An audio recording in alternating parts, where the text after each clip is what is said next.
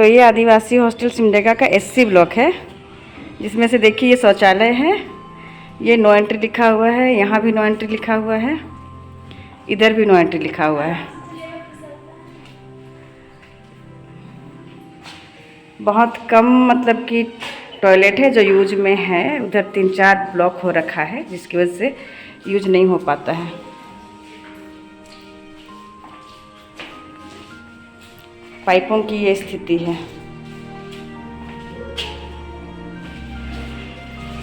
ये इसलिए दिखाना चाह रहे थे कि थोड़ा स्थिति समझ में आए कि आदिवासियों की राजनीति करने वालों की राजनीति के भीतर आदिवासी लड़कियों के लिए कितनी संवेदना है और कितनी निष्ठा है। नहाने का बाथरूम भी ब्लॉक है, ब्लॉक। पंखा चेक कर रहे हैं हम लोग कि पंखा इस कमरे का चलता है या नहीं। सारे ऑन कर दिए हैं, अब देखते हैं। इस कमरे का पंखा नहीं चलता और ये भी आदिवासी हॉस्टल का ब्लॉक ए का बिल्डिंग का एक कमरा है। वो बिजली जो देख रहे हैं वो भी नहीं चलता है, उसका मरकरी खराब है उसका। ये ए ब्लॉक का कमरा है आदिवासी हॉस्टल का और यहाँ पंखा नहीं है। जोहार, अगर आपके बाल बच्चे सिमडेगा के आदिवासी हॉस्टल में पढ़ते हैं तो ये वीडियो आपके लिए है, और वैसे लड़के लड़कियां जिनके गर्लफ्रेंड बॉयफ्रेंड कोई भी आदिवासी हॉस्टल में रहते हैं, ये वीडियो उनके लिए भी है।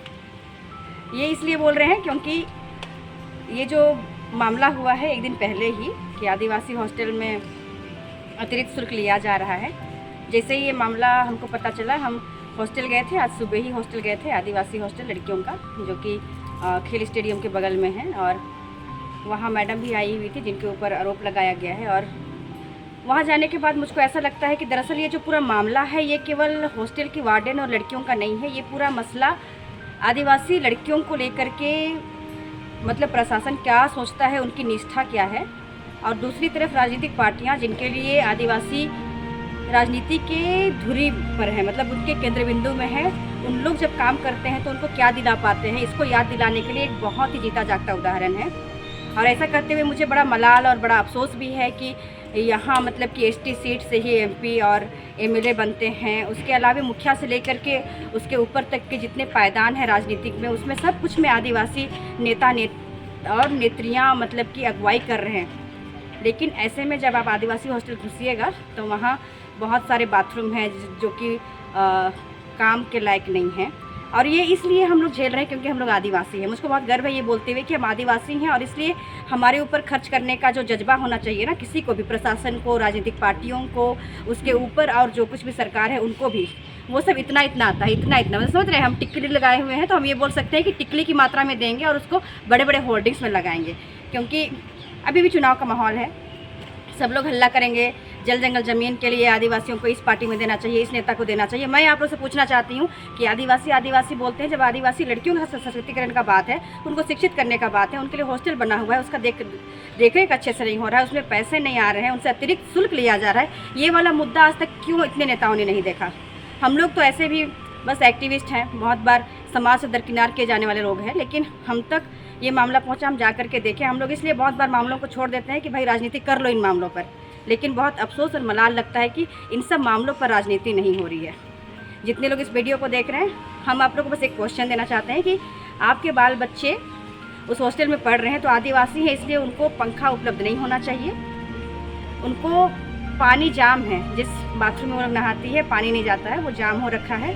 कई ऐसे टॉयलेट भी हैं जिसमें पानी डालने से गंदगी अंदर जा नहीं रहा है। तो ये मतलब कि स्वीकार ये इसलिए है क्योंकि हम लोग आदिवासी हैं। और आप लोग को बहुत गर्व होगा इस बात पे कि आपके यहाँ से फलाना ठिकाना लोग बहुत बड़े बड़े स्तर पर चले गए हैं, लेकिन आपकी बात नहीं हो रही और आप चुप हैं।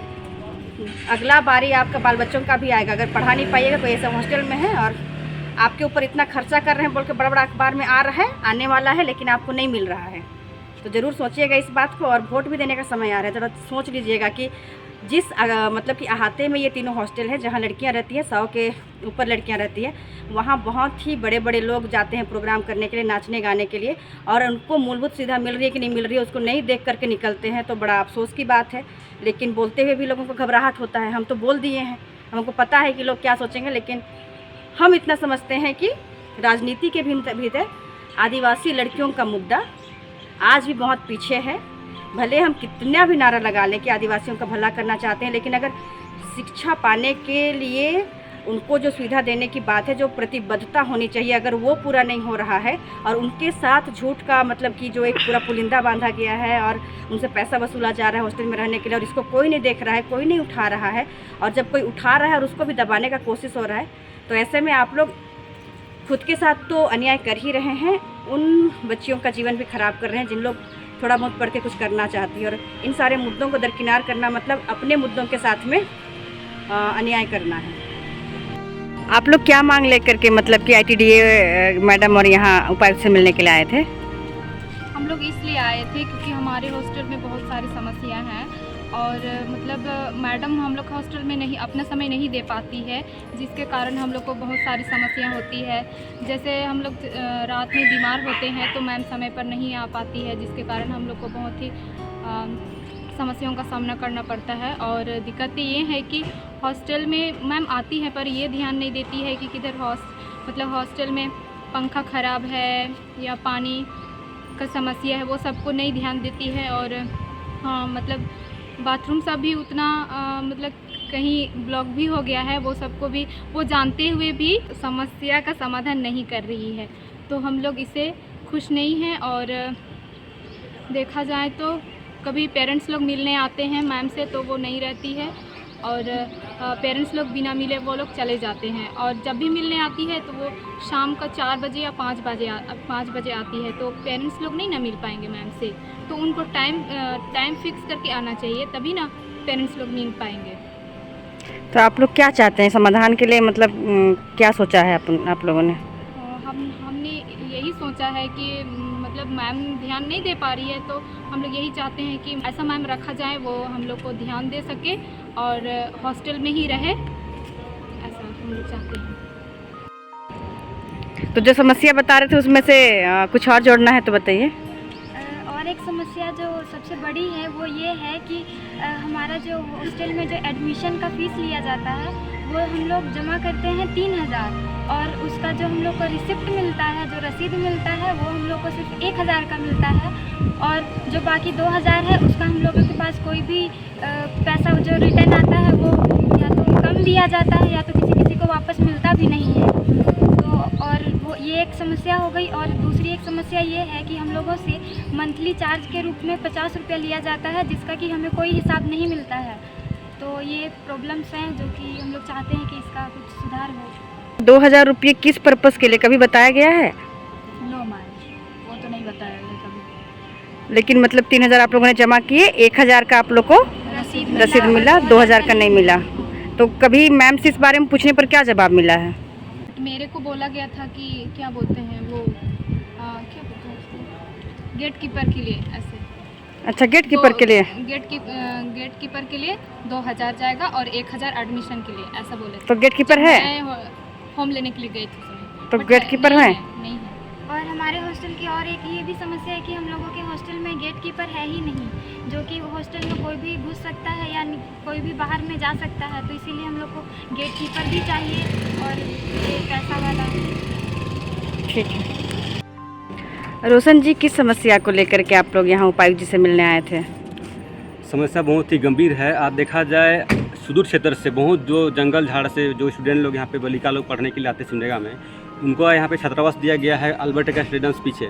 देखा जाए जिस वार्डन को वहाँ पे इंचार्ज दिया गया है सोनी सुचिता मीन्स करके है, और वहाँ पे जब हम स्टूडेंट लोग से बात किए, वहाँ पे जो गर्ल्स लोग रहती हैं उनसे बात किए, तो पता चला कि वहाँ पे नामांकन के जो शुल्क जो है 1000 रुपया है, लेकिन मैडम जो है उनसे 3000 रुपये ले रही है, और जो रसीद काट रहे हैं उसमें 1000 काट रही है। तो किस हिसाब से ऐसा कर रही है कुछ समझ में नहीं आ रहा है। आज देखा जाए, आज उस हॉस्टल में सफाई के नाम पर भी 50 रुपये लिया जाता है और उसका कोई हिसाब किताब कुछ नहीं होता है। दिक्कत ये भी होता है कि मैडम जो है इंचार्ज है वहाँ पे कम से कम रात में वहाँ पे नहीं रहती है। इससे बहुत सारे कठिनाइयों का सामना पड़ता है। जैसे रात में किसी बच्ची का तबीयत ख़राब हो गया तो अगर उसको ट्रीटमेंट कराना है तो कैसे जाएंगे वो लोग, तो दिक्कत होता है। ये सब समस्या है। दूसरी बात रहा, इंचार्ज होते हुए मैडम को वहाँ साथ रहना चाहिए। अगर साथ नहीं रहेगी तो जो हॉस्टल कंपाउंड है वहाँ पे मतलब कोई भी वहाँ पे प्रवेश कर सकता है। देखा जाए वहाँ पे मतलब जो गार्ड होना चाहिए, गार्ड का व्यवस्था करना चाहिए, गार्ड भी वहाँ पे नहीं है। दूसरी बात, आज देखा जाए गर्मी का अभी जो चिलचिलाती धूप अभी है, वहाँ पे पानी का भी प्रॉब्लम है। पीने के लिए पानी नहीं मिल रहा है, पीने का तो छोड़िए, वहाँ नहाने के लिए पानी नहीं है। दूसरी बात देखा जाए, जो वहाँ बाथरूम वाथरूम बनाया गया है, अगर पानी ही ना रहे तो बाथरूम कैसे यूज करेंगे। बहुत सारे कठिनाइयों का सामना पड़ रहा है। साथ ही साथ ये आज से नहीं, बीते कितने सालों से ऐसा हो रहा है कि जो नामांकन शुल्क है 1000 रुपया, उसको छोड़ के मैडम अपना पर्सनल क्यों मतलब स्टूडेंट लोग से मतलब 3000 रुपये ले रही है। आज देखा जाए, जो इनका माँ बाप हैं, जो ग्रामीण क्षेत्र से आते हैं, कोई अपना महुआ चुन के अपना बेटी को पढ़ाने भेज रहे हैं, कोई खेत बंदी करके पढ़ाई करने भेज रहे हैं, बहुत दूर से पढ़ाई करने के लिए आ रहे हैं। आज इनका जो भविष्य बनना चाहिए था जिस तरह से, लेकिन आज स्टूडेंट लोग हैं कहीं चिंतित हैं कि इस हॉस्टल में कैसे हम लोग एडमिशन लें। एडमिशन करने के लिए भी प्रॉब्लम होती है। तो आप लोग का क्या मांग है? मांग यही है, जो वार्डन है उसको चेंज किया जाए, क्योंकि बार बार मतलब सुनने में आ रहा है कि मतलब मैडम जो है बोलने के बावजूद भी मतलब 1000 रुपये लेने छोड़ के 3000 रुपये ले रही है। दूसरी बात है कि जो वहाँ पर रहना चाहिए नहीं रहती मैडम, तो स्टूडेंट लोग को बहुत सारे कठिनाइयों का सामना करना पड़ता है। तो ये सारी प्रॉब्लम है। दूसरी बात है, जिसको मतलब नियुक्त किया गया है वहाँ पर हॉस्टल में, तो मैडम को उचित होना चाहिए कि वहाँ पे जितना भी प्रॉब्लम हो रही है उस प्रॉब्लम को सॉर्ट आउट करें। आपका कहना है?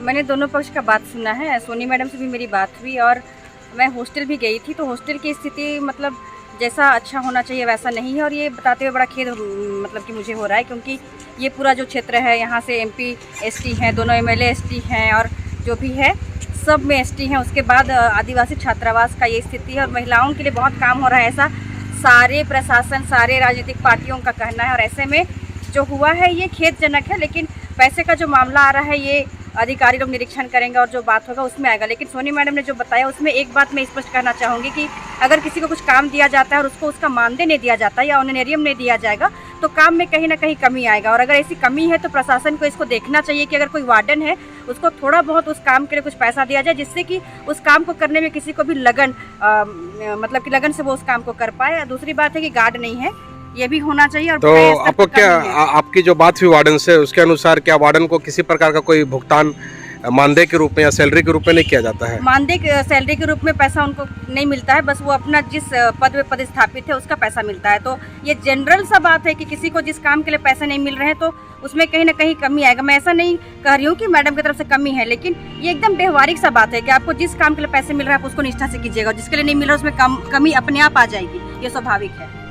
आदिवासी छात्र संघ ने इस मुद्दे को लेकर के मतलब पहल किया है, इसके लिए हम उनको धन्यवाद देना चाहेंगे कि कुछ लोग हैं जो कि लगातार प्रयास कर रहे हैं कि कैसे आदिवासियों के साथ में जो भी अन्याय होता है उसको उजागर करें और उनके लिए जो व्यवस्था की गई है, प्रावधान की गई है, वो सही सलामत उन तक पहुँचे। तो हम आप सबसे रिक्वेस्ट करना चाहेंगे कि आदिवासी छात्र संघ कई ऐसे मुद्दों पर लड़कियों के साथ में जो कुछ भी घटना हुआ उसको लेकर के भी पिछले समय भी काम किया है, तो उनके साथ खड़े रहिए और उनका मनोबल बढ़ाइए, ताकि जो लोग अच्छा करते हैं उन लोग और आगे लड़ाई करने के लिए, आदिवासियों का आवाज़ बनने के लिए आगे आ सके, वरना फिर मनोबल टूटता है।